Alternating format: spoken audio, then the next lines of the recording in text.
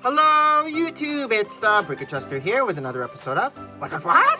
Today we have a special guest. We have the BrikZapper. So here it is. Enjoy. So our first question comes from Robotix YouTube, and Robotix YouTube asks, how do you dust your Lego? Do we dust our Lego? Well, I actually don't dust as much as I should, I guess. And this is where he should be dusting. I dust my collection of non-Lego. Well, the Lego's down here in the basement, and there's not a lot of windows and circulation, so dust doesn't accumulate as quickly. As fast.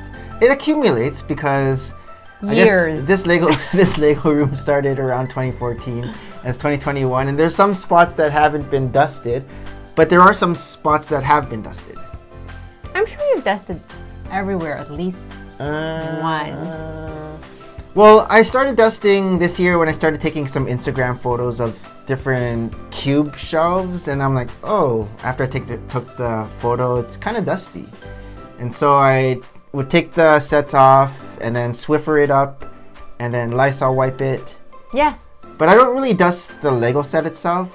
Well, sometimes I do. If it's really dusty, surface. Yeah, I'll get the Swiffer and like lightly brush it. Yeah. And then I'll have to vacuum the carpet because all the dust is on the floor. So what do we use? Swiffer. Swiffer duster and refills from Costco whenever they're on sale. We get a lot of those. And Lysol wipes. Yeah. Lysol spray. Yeah. Lysol spray is handy, but then it just makes it like just dustier. I've seen some people use a small vacuum cleaner. No. They just suck everything up. No, we just want to like wipe the whole thing out. Yeah. Really remove it from the surface, and then it's nice and fresh and Lego fillable again. And I guess the best way would be having your Lego in a enclosed glass. No, glass surface. still dusts. No, I mean like the Lego itself wouldn't get dusty, but you just wipe the glass. No, upstairs I have a curio with lots of beautiful figurines, and they get inside. dusty. Okay. Somehow dust finds a way. So how do you guys dust your Lego? Let us know in the comments below.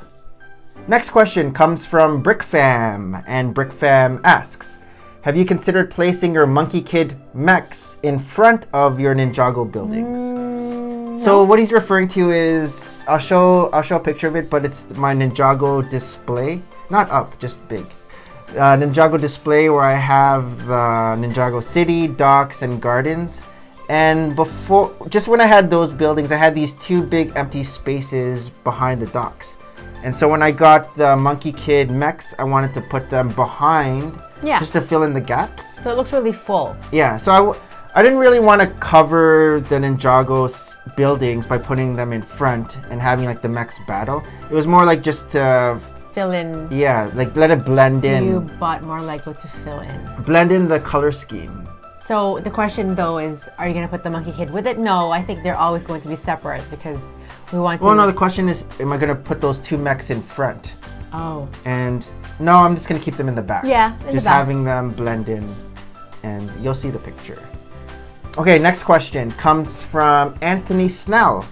And Anthony Snell asks, how long did it take to build the SpiderMan Bust?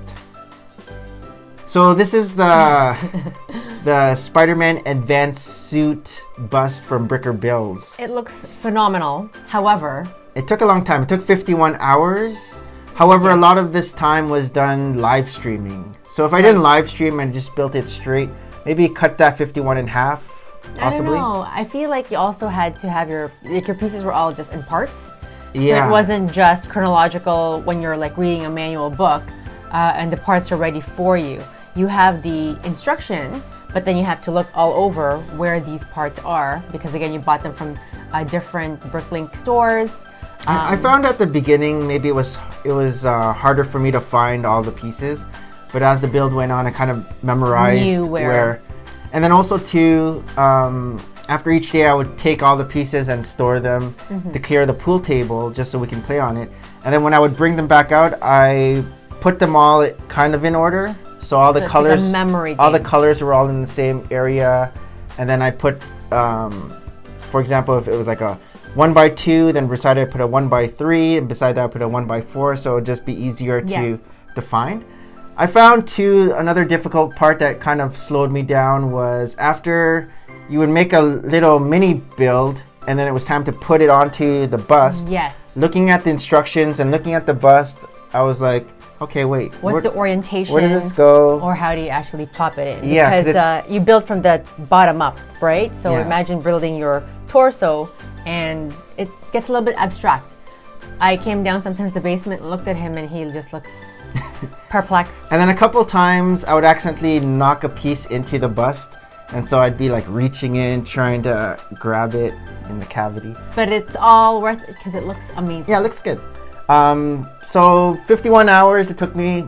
For other people not live streaming, I'd say less than 51 hours. Yeah, not that much. It would take me a lot longer. But it's 10,500 pieces, so it's a lot of pieces. Yeah. Okay, last question comes from Drydrick or Dridrick 2012. And Drydrick or Dridrick 2012 asks, are you planning on doing stop motion animations?